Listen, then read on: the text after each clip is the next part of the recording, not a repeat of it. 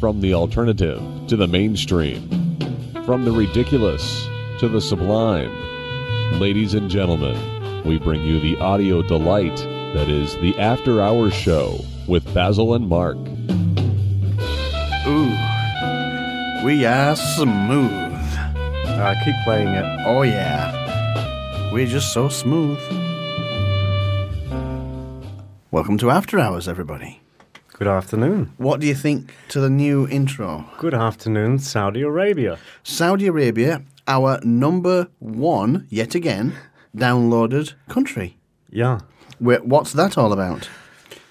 Oh, if you're listening to this, speaking of Saudi Arabia, I'm going to cover on this day later on, but I will start. Let me see if I can get this right. I think this is an Egyptian festival, but let me see. Shamel Nassim Karim.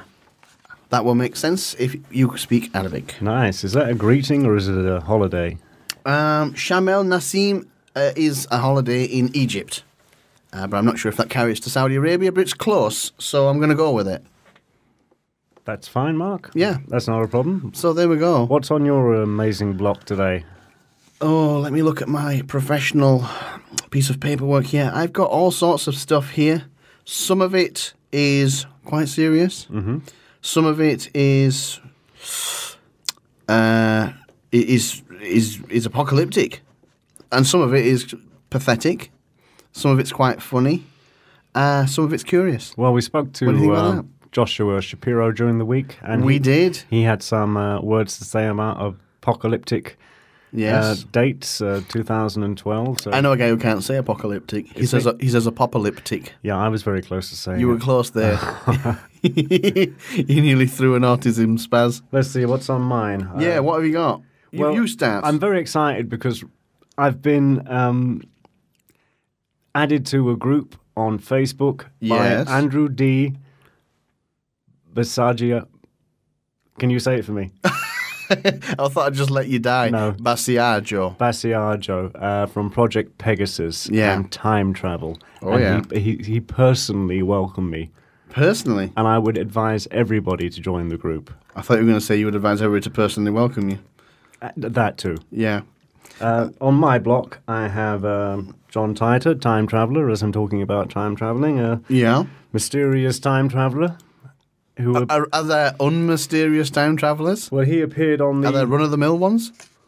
No, I think they're all pretty mysterious. That's what I was thinking, yeah. He appeared on the forums on the internet in 1998 when the internet was still quite young. I think you know quite a lot more about that than me, Mark. I was indeed on the internet in 1998 and before, a long time before. 1991 I was on the internet. I don't think I got onto the internet until 2006. Wow. Yeah. Yeah. But then also, you hadn't heard that you could see Jupiter. You weren't sure about the manning of the space station, and I learnt earlier that you didn't know what the Belgrano was. Well, I've forgotten what the Belgrano is. It's more forgetting than not knowing. That kind of is the same thing. It means I did You know. currently do not know. I did know, but I misplaced it.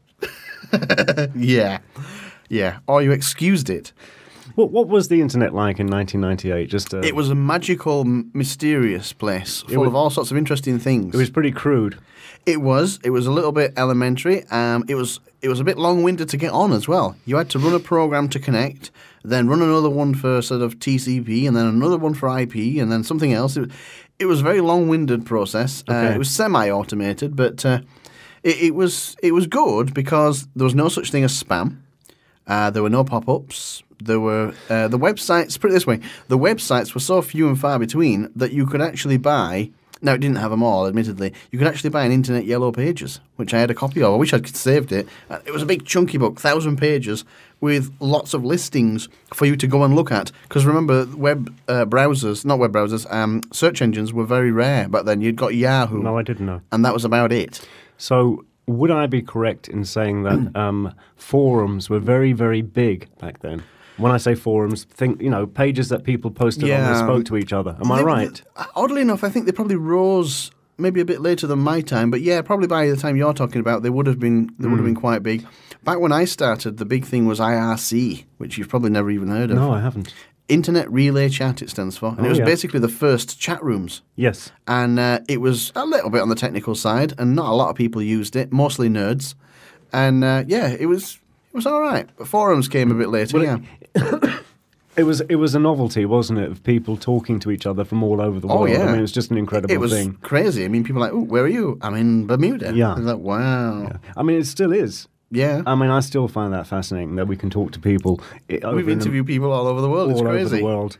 But so I think this forum I'm talking about, it was belonging to Coast AM. I was listening to them right back then. And it was an Art Bell. Art Bell was the man in charge at the time. Yes. And I'm friends with Art Bell on Facebook. Correct. Are you? No. No. He didn't add me. I was friend 5,000. I probably can't add anymore. I'm friends with Julian Lennon. Who? John Lennon's son. Right. Not that he knows who I am. Hence why he added you then. Well, this guy popped up on this Coast to Coast forum, John Titor. John Titor, right. And he claimed to be a traveller, a time traveller from 2036. Oh, so he's coming back in time.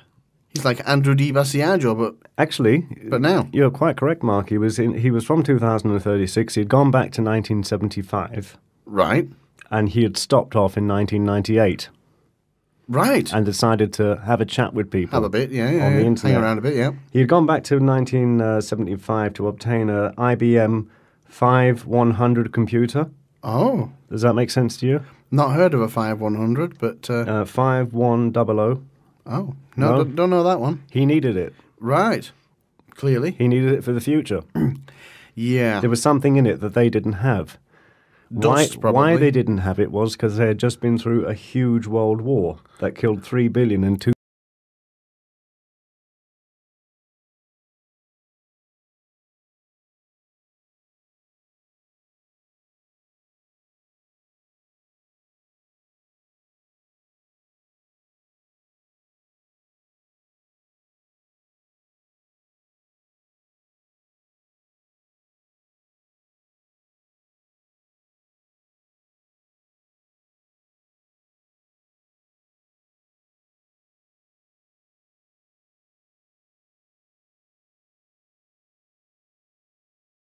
No, no, no, no, no, no.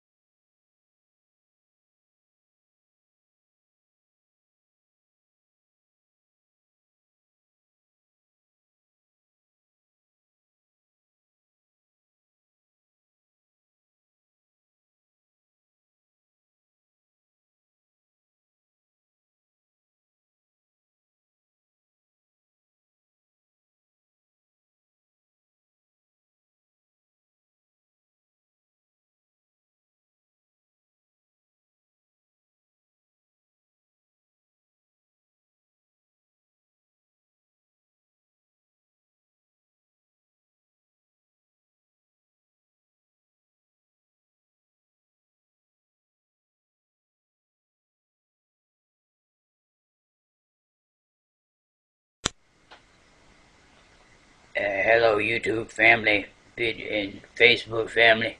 Paranoid again. It has come to my attention that one of my good friends has been having aspersions cast on his character, and I thought I would set things straight tonight. Seems that old Mother Hubbard is going around accusing Humpty Dumpty of committing suicide. Now that's just not right. I was nearby at the time, and I know what happened. I saw with my own 2 eyes what happened. Now, Mother Hubbard was hungry. She went to her cupboard one day to get her poor dog a bone. The dog was hungry, and she didn't have no bones or nothing in her cupboard to give her. So the dog had to go hungry again. Well, Mother Hubbard was close neighbors with Humpty Dumpty, and she knew he was pretty well off. So she went over to speak to him because he had helped her in the past with things. Well, she didn't know, but old Humpty had hit on some hard times himself, and he didn't have anything that he could spare. So they just sat and talked for a spell, and she was getting ready to leave. She turned around and hit Humpty with her umbrella, which knocked him out of his chair. When he hit the floor, he kind of splattered open, and, you know, that was that. So, Mother Hubbard didn't want to leave evidence of her accident, as unfortunate as it was, so she just cleaned the mess up, scooped it on up in a cup, took it home, fried it up for her and her dog. So Mother Hubbard took care of her needs and her puppy's needs at the same time. And then to cover what she had done, she just said that Humpty was feeling bad and low because he hit on such hard times and he was climbing a wall and fell off of it. But we all know that is wrong and some total BS, because we all know that Humpty was chicken. Okay guys, this could be the last video I ever take. They can pick this out of the wreckage. Anyone who finds this video, please go on YouTube and get this on Humpty Dumpty Tribe. But I can't remember the password, so you can upload. Alright, we're coming in for our landing. And I guess we're going to land on the pavement. I thought we were going to land on the soft grass. But here we go.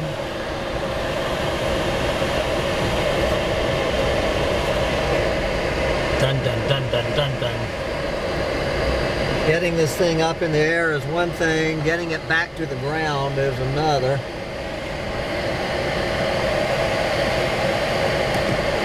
Alright, so these sounds we're hearing are the landing gear? Air brakes going in and out.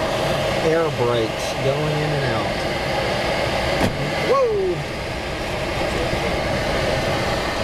Whoa! Okay, there's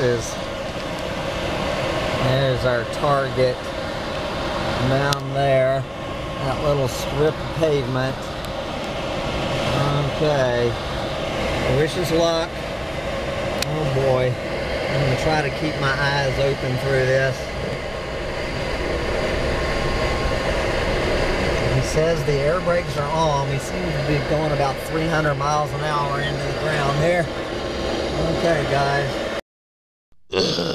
Kinder,